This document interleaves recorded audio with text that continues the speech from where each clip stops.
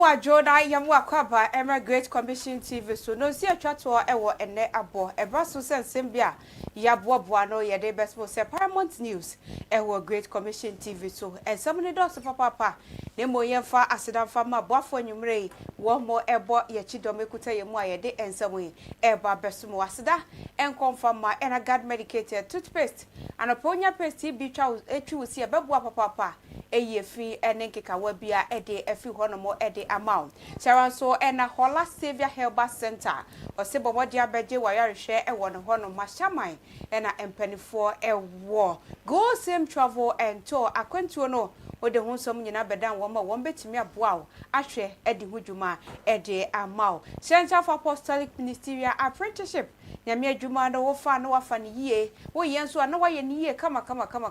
wo pentete mapade a wo maso yepe ena wo betimi atetew dia ya Media Professional Institute esam twadwuma obaye no waye ne yie a eye wo mo aso ye oba eye Great Commission TV ya ba so kese yi so abehunu wo mo ewo hanom Eden Hills Residential so se ye bo ansase ene edan bi a wo pato asase bi a wo pebia no wo benya bi ede amaw edwumakuo bi ka we ho anwumre wo mo agyatum ekutaye mu ena ye de ensame ebro dia woche anwumre ebi ene se osrofo wono ena ehwe eye Ghana ya mane bo ho ensam so ede atodwa sheda ne de nyina no ebi mo ka se empo no eba no wo mu data wo mo to ya na asa na ye de kwakwosha ade hye no wo mu di hudwuma wo se de biara da entesa ebi mo wono ma wo mu phone settings kura no se de wo mo ye no eka ho epi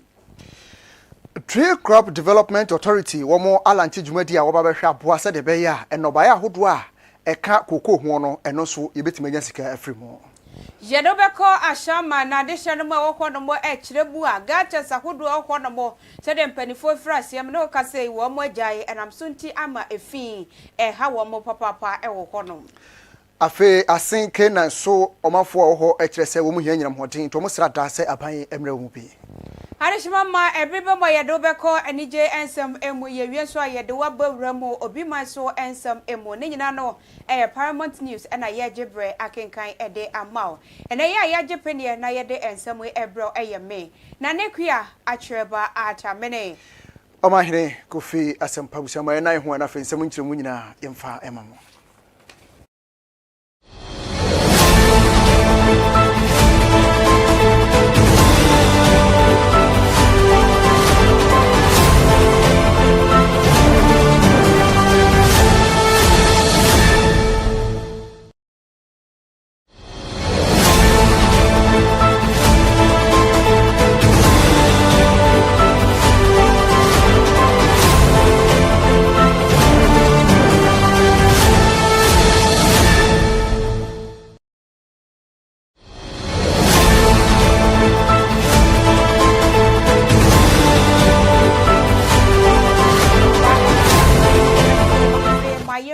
no enchemo ase ankasa ye fresh ye dia na ye de wo eko Ghana mampeni His Excellency John Dramani Mahama na so ye na ene addition mo ebi empanifo bi bomodi a efri eye Palestine en mine mu eba bepie mu oman Ghana emu na enkomotwetwe mu ewa beko Ghana mampeni ede enuoma bi kokoboa wo mo sha empo wo mo bayi a eye den ya wo mo kwa ewo se wo mo nya bibi free Ghana hanom na wo mo de kose de bayi a ebedi adanse se oman Ghana ena wo mutu anamo eba bepie mu ewa hanomo na bre wone wo mo edi enkomo ewa beko wo jam wo mo am wo makọ ena wo de tu dwa se ebe ye Ghana fo ho ho apa se ye betimi ahwe na empo no ye kokoo se de tete kwahye de ba ye na sese no Ghana ye ka manya ye timi eye kokoo ho adwuma pa ye ka ho ebi no ye betimi edi bi ama wo mo wo kire mu a eye 40 metric tons of kokoo na nkafe bia mu no anye ye kura ne ye betimi akra de free hanomo e de akọ wo mo man no emu etimi aboa e wo chocolate ene enyoma ye de kokoo no eye no afem a enka beye ne de papa wo se wo mo kwayi ade wo mo enkonkwadwe ho sanse Ghana de adwene ho pa se sa de ne ye beye e de aboa wo mo wo kire anyokofa eda ye mienu entem no e ade wo no so pese o hye mu kina se de beye ye ye de kokoo ne kokonom no wo mo de ye chocolate ne de keka ho a na wo mo so nyoma bia esom wo mo bo e wo honom no wo mo so anya bi e de aboa yen yenkonko tie Ghana mampeni His Excellency John Dramani Mahama ne nsema wode tudwa ene They are a painful reminder that behind every headline and every statistics, there are human lives. People who long for peace, dignity, and hope. In this regard, the government of Ghana is pleased to extend a humanitarian donation of about 40 metric tons of premium Ghana-made chocolate and cocoa-based products under the distinguished Golden Tree brand to the people of the state of Palestine.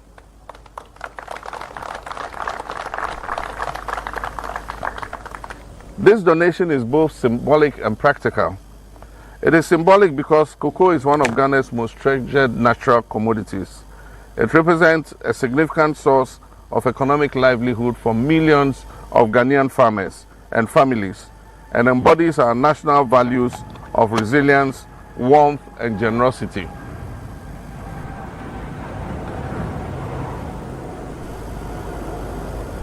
It is practical because cocoa is a powerful superfood. It is rich in antioxidants and vitamins. It supports the immune system. It promotes cardiovascular health and enhances brain function and emotional. It's also a natural energy booster and a vital source of essential minerals, particularly from iron and magnesium, which are crucial for women and children's health. Cocoa has also been found beneficial in the management of hypertension. We sincerely hope that these cocoa products will provide comfort, nourishment, and a tangible expression of our solidarity to the families facing unimaginable hardship. We also take this opportunity to express our deepest appreciation to the Palestinian community here in Ghana. Your contribution to national development has not gone unnoticed. Notably, your construction of a modern classroom block in underserved communities of Dramani Kope in the North Tongu constituency. Dramani is my name. How did it end up in Tongu? Some of my relatives came and settled there. Dramani Kope in the North Tongu constituency of the Volta region, and Yizebisi in the northern region of Ghana. This is a testament to your enduring commitment to humanity and social upliftment, even in the face of your national adversity.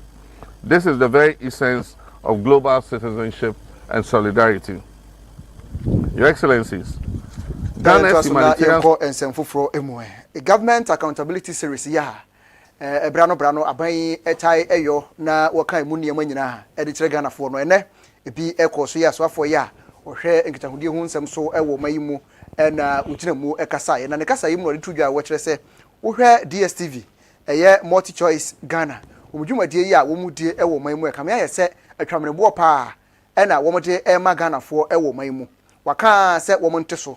ase o mabu nua e de agu masum enuti waka ade a kire National Communication Authority say enkwa nkopim August 7 say wo mu boa wo mode je Ghana fo no say wo mante so a wo mo contract kita wo mu kurum ha no wontwa mu wanye wo mutumi emfiri wo nsem ya wo mutumi nya dwuma e okurum ha bi msan say waka ekama ye so mabu nua e de agu masum a wo muntie no saa de yi e ya de a ekoso wo mai mu pa isan say edwumaku ahodo a wo moye ahoho e beduru wo mai mu a na twamebo e na wo mode e maye enunti what the DSTV dey yensa na ho e dia mo bibia se wo bo man mu e bididwa na boa wo de giye no se wan hwa ante so a e bejo license afri wonsem. Establishment of a local moderation and content governance team to reflect Ghana's value, protect our user rights, and support national regulatory expectations. I'm looking forward to the TikTok partnership with the ministry to provide capacity building for our content creators in the country on how best to monetize that platform for the benefit of Ghanaian content creators. That should happen in Q4 this year. Now, MultiChoice Ghana. I made the announcement that I had directed MultiChoice to be present at the ministry for a meeting. At that meeting, we requested a 30% reduction in pricing for subscribers of MultiChoice Ghana's packages. The meeting addressed public concerns about affordability, value for money, and fairness in service delivery. I made clear the ministry's expectation that pricing structures had to be responsive to Ghana's current economic context. I made a formal request of 30% reduction in the package pricing and gave a deadline of July 21st for a formal response from MultiChoice. On the 21st of July this year, I received a 9-page letter from MultiChoice detailing why they were refusing to reduce their pricing. Their reasons included that the cedi had depreciated in the preceding 8 years by 240%.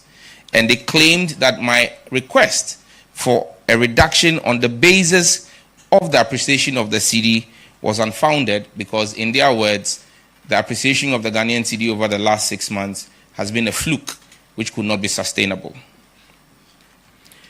As minister, my fidelity is to the Ghanaian people. I have had to act in the interest of the Ghanaian people. And I believe that the Ghanaian people have been fleeced and exploited for too long. I wrote back to the NCA on Monday and directed the NCA in that letter to suspend the broadcasting license of DSTV effective 7th of August 2025 if they fail to effect a reduction in their bundle prices. I cannot, as minister, serving the Ghanaian people, continue to watch what can best be described as plain stealing happening to the Ghanaian people. In my letter to them, I gave them scenarios from 7 markets that DSTV is operating in. The same content in the premium bouquet that is offered to Ghanaians for $83 equivalent is offered to Nigerians for $29 equivalent. How can anyone explain this price disparity to me? Enough of the mistreatment of the Ghanaian consumer. They either comply with the reduction, because in Nigeria, in the same time frame that they say the Ghanaian cedi has depreciated by 240%, the Nigerian naira has depreciated by 409%.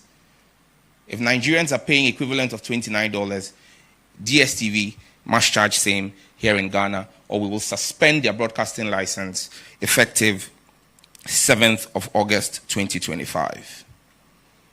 That's why Ejina Honum now was Sansamuya who and Comobana, a minister of communications, digital technology, and innovation, or some Natty George, what they are born or the two just say. 50 and 42 mission is saying, additional more AP, 80 me bar, bound, one casani fee, but catch and say. What more data, any other Hunani say, show, Nasa. What they are dear Bakumi and one near Chief, one of data and so wire de papa, and your bayer one share and your who be. Was here and soon tea and one wakasa at a tax force, say 1 more year, dear moon should move from Mano. Data would one of said they 1 more tono, and an empo obitra, a bredua Eddie and Sana et Timiasa. Now one in Trisha mono dead, the perfect say, and yes, be a telecommunications if when I yes out. So better data na 1 more better. Name one Ghana for no be, ya near yes, sir. Was what be better data pass, dear was a what day and 1 year, nanny what in YouTube.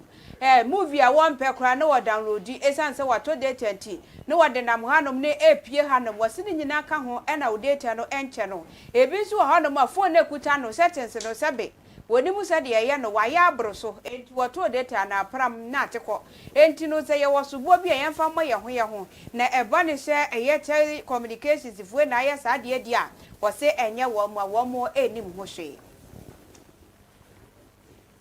Segue here into the issue of that has become topical of data and data running faster and disappearing. Let me be clear. My fidelity and that of the ministry and the government of President Mahama is to the Ghanaian people. Our interest is the best interest of the Ghanaian people. However, these are technical issues that we would only be able to act on the basis of evidence and not sentiments. I have seen a number of complaints on social media, and I've set up a specialized task force at the NCA and at all the mobile network operators to deal with these complaints. Let me state on the record, every single one of the complaints that have been referred to the team have been investigated, and all of them have proven that it is user settings and user behaviors that have affected the use of their data, and that there has been no price tampering. Let me reiterate, I will not hesitate to deal decisively as minister with any telecom company that falters or alters the pricing that is approved by the NCA. But unless there is evidence of same, you cannot punish somebody just because people are making a claim that is not backed by the evidence. And I can show to the media today evidence, maybe in the Q&A, of some of these instances. In fact, the last one that was dealt with, that I got a report on this morning, the individual complained. I asked the NCA to reach out to him. For 48 hours, he did not respond. So I had to go back on X and retweet at him and say that we've been trying to reach out to you. When we did the investigation, it turned out that he actually handed his own device over to somebody. And when they did the record, they realized that the person used it to watch and stream videos. And that's how come the data he was expecting to keep. And I have evidence of this. I mean, and some of them, we've actually urged some of them to come out and do public sensitization. I'm sure you all saw the one by Mr. DKB, when he complained about his data, and subsequently he realized that it was from his own user behavior. But like I said, we will continue to deal with every single one.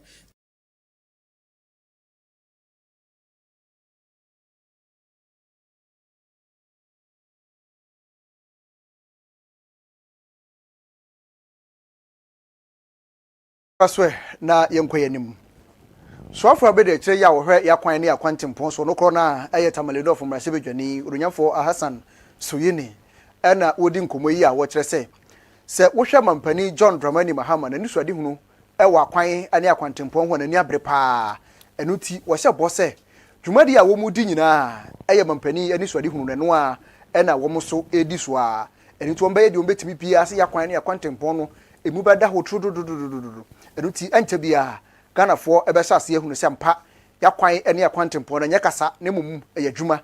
enuti de obesere ne se Ghana for nyina mfa chitai ema mampani John Dramani Mahama se adwuma a wahye bo se wo babaye no obedi nyina aboa ama na nsan akwansia dodo ya esie ye omanfo de se ya kwan ene ya kwantempo na nya no nyina eto ebetwa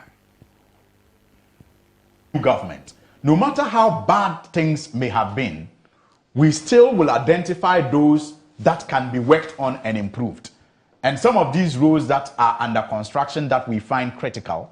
and especially how are at an advanced stage, have been captured. Okay. Now, if you look at the Kasua construction that is currently ongoing, it was supposed to end around the Winneba roundabout. Okay. We are extending it all the way to Mankasim. And we are even introducing an interchange at the Winneba roundabout now, so that we can increase the utility of the road from Accra all the way to Winneba. And that is what a good government does. And we are committed and determined to begin these projects probably by the end or before the end of next month. And based on the things that we have put in place, you asked that question, we will ensure that supervision is top-notch and that government will also meet its part of the bargain. Payments will be prompt. That's the assurance we have from the finance minister. And supervision, especially from our technical, staff, will also be top-notch. Okay. Many of these roads have been designed by our own technical, staff. And we have seen the lapses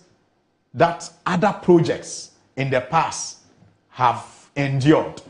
And we are determined not to have those lapses feature in these constructions. I just want to find out. Anyway, no sia kase no mo ede ama ye ko yaso ye wo mo hwa dan ene ho ensem esomeche minister ede ma works and housing ye onwanyafo Kenneth Gilbert J wono eda ene wa bomodia wa paw adwumakuo anase empo adehye no mo ebia wo mo ba behwe yensuo ene ho ensem ewo Ghana hanom wo kiremu a eba no eye Ghana empotemu ne miaye bia eba no nsuo na ho akwatwe wo honom de ombenom de omde bedware ni de omde beye aduane nyina no na afi wo mo esu frɛ aban enti enei wone eye Water Resources Commission aka bom ena wo mo abomoden a wo mo apa eye ekuo yi a wo mo ba behwe na sa nneoma we nyina no wo mo atimi etu hwana mon na opanipa ye fa no se wono na ebeye dwamtenani ede ama ekuo eye ora Eric Adama wakiremu a wo mo enye dwumaden papa Ghana baby bia wo mo hia nsuo bia no eye wo mo asade se wo behwe se ensuo ebe kokorom na ekuo yi enkofo bi nso a ebeboa ora Eric ama ekuo na ye ekuo na empo no wo matimi aye adwuma no ehie eye ora Adam eye Mutawakiru saranso na Dr. Hadisu Al-Hassan eye Professor Hafizata Mohammed womo nyina eka ho ebi ena womo ba behwe na sade we atimi akoso na ewa bra Openi Gilbert ekasa no wode nsam to dwa se wo hye womo bosse womo adwuma womo ye na womo ye ne yi a dachi Ghana fonso ebenya ho emfaso Openi pa ye boni din se wonya dwamtena ne ora Eric nso bomoden a eda ora Gilbert asese wabomoden a na empo wonya ne mugidie na de bresei wode amano. It's a reaffirmation of our collective resolve to ensure that Ghana's water resources are sustainably managed, equitably distributed, and wisely protected for both present and future generations. The Ghana Water Limited has reported that water treatment costs have surged by more than 60% in these affected areas. The presence of mercury, arsenic and other toxic compounds in our water threatens not just biodiversity, but public health, food security, and socio-economic stability. There is the need to instill effective water resources management to all major water users. For example, farmers must be trained in water-efficient irrigation methods.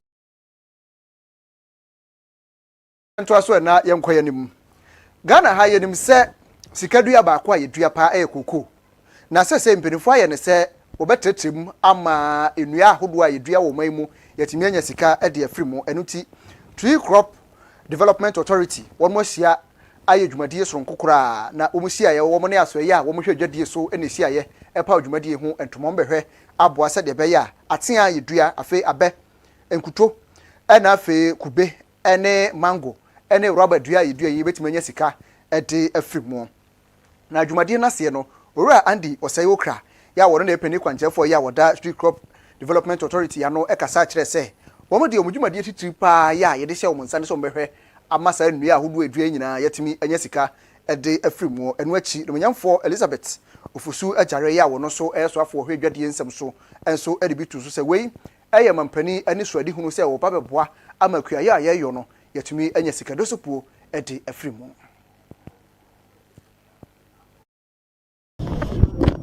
share a coconut, share oil palm, share rubber, share mango, and share. Yena ye share,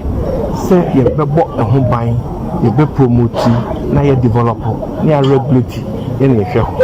And the person yena say, see any cost to pass Ghana the sika room, na ye jumani ye be new sika sing cocoa at the brain cry. And no na yebo hu the Ryan fair is this 5-day fair is a kwakwaya dia ebemu hu send your person back cashew mu rubber mu oil mu kwaya also faso send your betimi investment betimi structure no because in pay for afro that ebe wo ho omuso wo sika ebe wo ho omuso wo sika pe be video mu sika na share. This is one of the areas I have to understand this is the best place risk no a minimal. The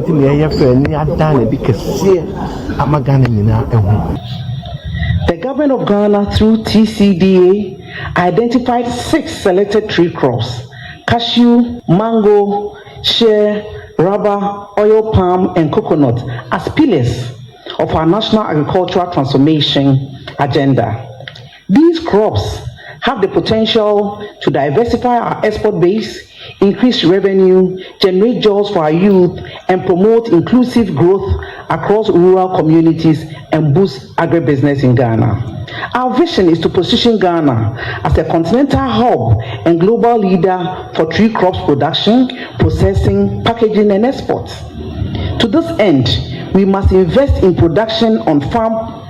productivity, factory infrastructure, processing technology, storage facilities, logistics, and skills training. The Ministry of Trade, Agribusiness and Industry is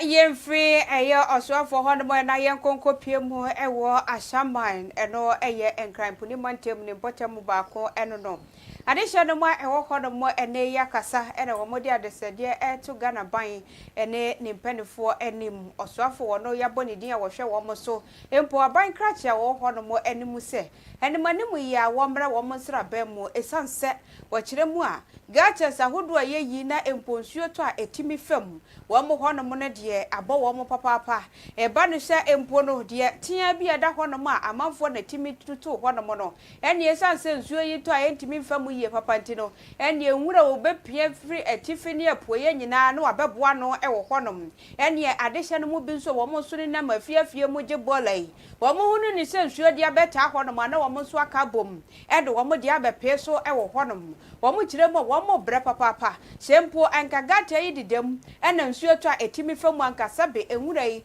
entimi emu fa wo mo so sa entian manimu ya wo mo hwe na wo mo emeboa wo mo ene enya anka sempo na eye nketewa bi a nsuo to ebetimi afamu a wo mo ani beje wo papa na wo mo so wo masesene mu wo mo etimi atede papa nti ye papa cho se on be hwe ye gota ni maye e panichopi senso to a omo di ball agum brebre omo di ball agum papa nya di kitwa e haye ye ha ni se gota no na ye pese penyifo be hwe no mo ye maye na yensu ye nya ahoto wa ha ye brese dia ye na enye fa nsu to anya nya ahoto ye na yankasa na ye yi gota toilet ni na mo di frichichi begum yentumi je watch man garden hwe wo mo yes adwuma no ti yensu ye be hu sa ye ma ye ti gota no ye yi munti pane cho no be hwe no nye ma ye how I wa ha ni say one sometimes I around no ye be see group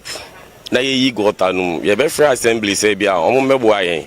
need some tracks be na de as soon as omo be ye gota ni ma yen ni de anka yensu ye betu ma yen kakra na ye de aboy because burger na e be gum no hu baby burger ni fi be gum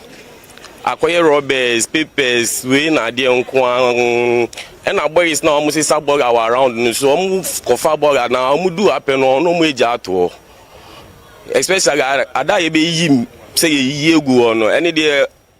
adebechi no burgers egu ha no enye easy omo obi etwem no kita burger pe no de egu ho nti ama ni yim no so yen so ya to ya adwum nti yes assembly no which is MCE no mbebo ayen hadwin isenita eyi eko efiefie mu toilet ni nra basa nyama egugu gota omudi gu gota ni mu no anu odin ti esra ban se eni die mu a ombomodi anu yi adofo bi maye no mu be ye gata we maye isenita eyi eko efiefie mu toilet ni nra basa nyama egugu gota omudi gu gota ni mu no anu odin ti esra ban se eni die mu a ombomodi anu yi adofo bi maye no mu be ye gata we maye Machole tell your assembly for previous administration until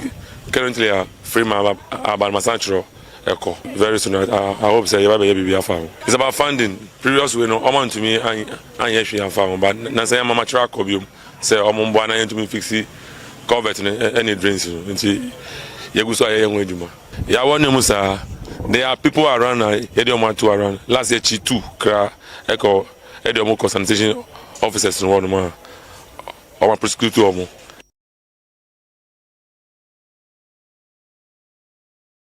Bajremu ewo manfo mpotam ehaw ahodo ya tete wo mu ya ho ye ko asen kenan ewo asen of mansininum ewo mfrifri mantam no emu o manfo a ewo ho na kire se enyinam hodin pa ye beboa wo ama mo dada dwumadi akonanim no wo mu nibi eni to wo mu sra da se ba bia dridi mpirifo emra mu na wo maye mo papa oba ko kire se wo no se ye wo no pa so wanyini ensu enyu pa se wo no bi da sanse frigi kura wo nya bi wodi nsu ahyem sanse kan ye ni ho eto mo sra da se wo mo de adesrede e fa wo mra se bedwani wo nyamfo gya chikwesin so se enkonkodu mampani ho se asen kenan se de fata fata nkroma no wo mo so enkane abi e fata wo panto wo meyo mo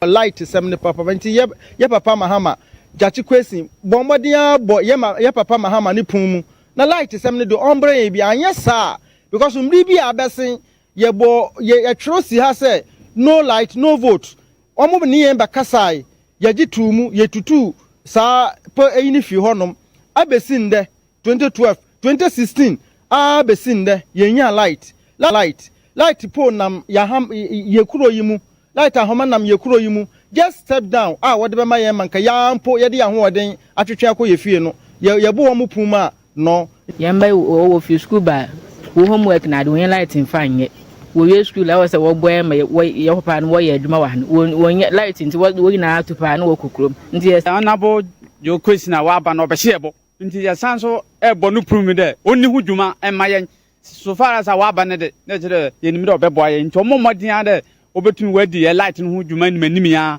amanya ne yenso yetumi ye di ye kakra light pole ba ko susiwa so achia pa ni so ye hu eno so de bia ye da ho enso still won tumi maye nti yesre aban da obetumi watu hana mo no wabedi dwuma amanye ama atro ye nchembia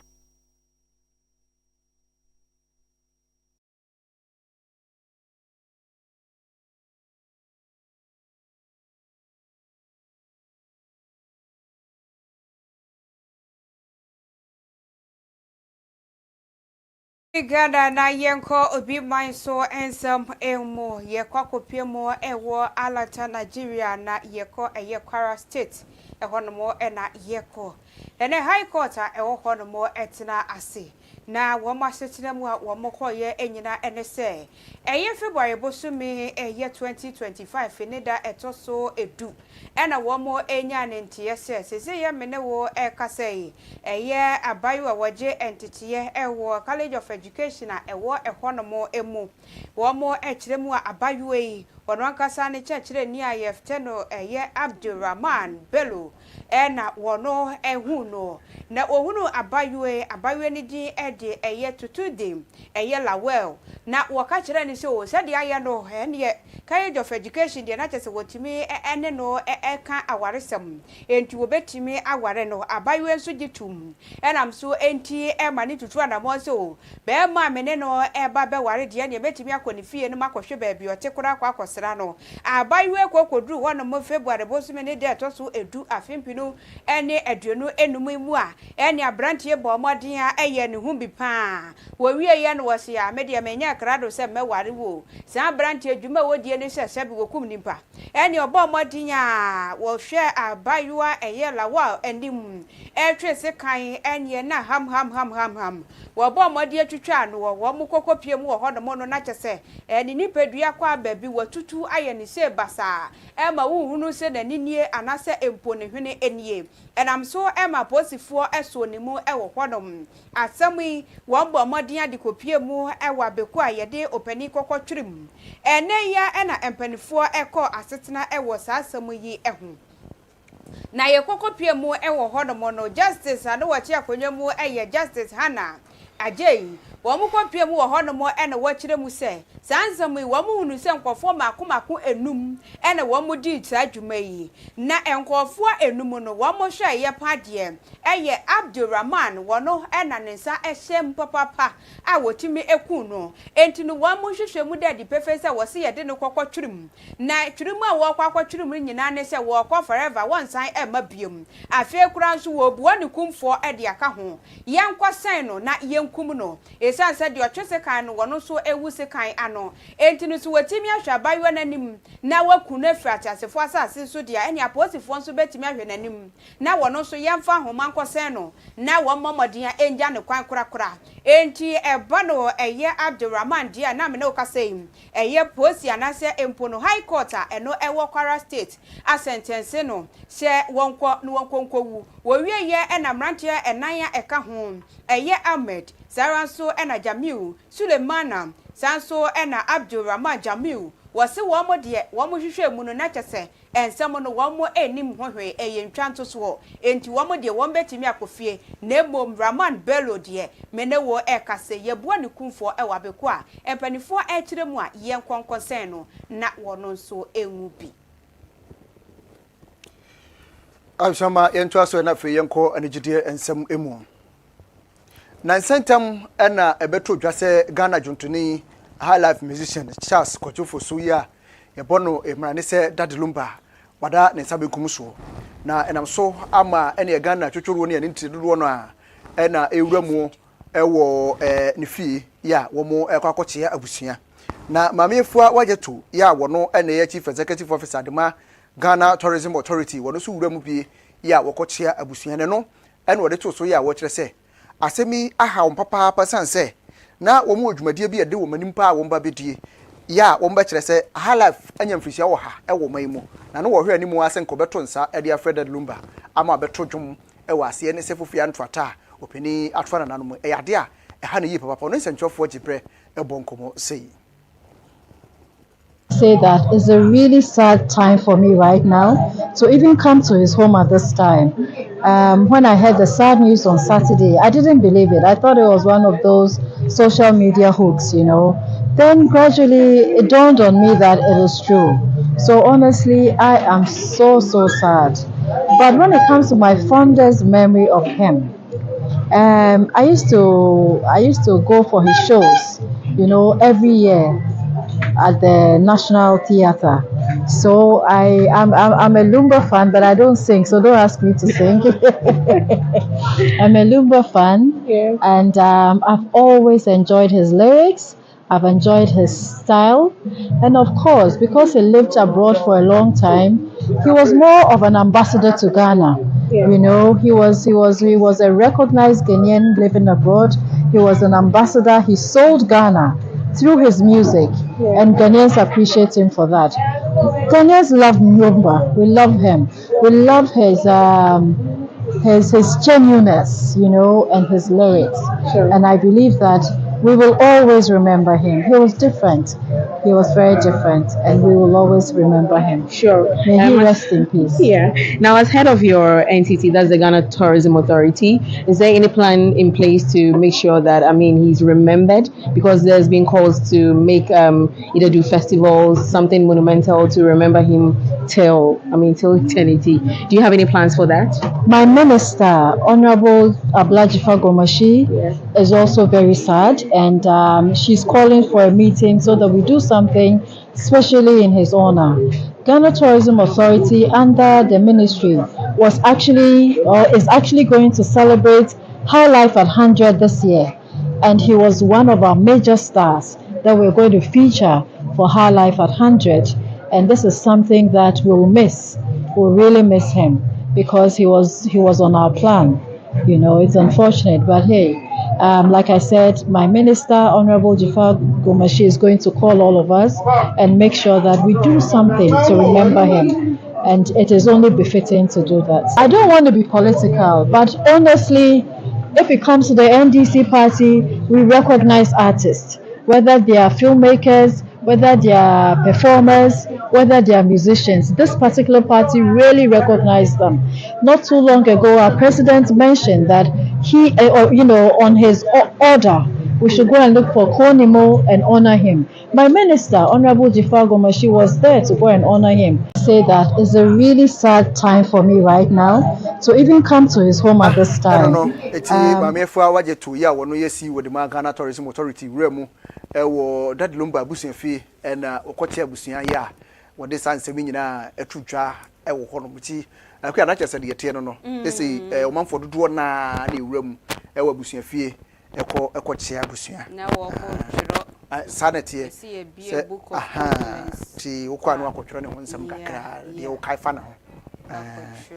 me amehwe no se weekend me akotwiro mu bi Juna. Okay. Okay. Sanse. Okwana wa frebe.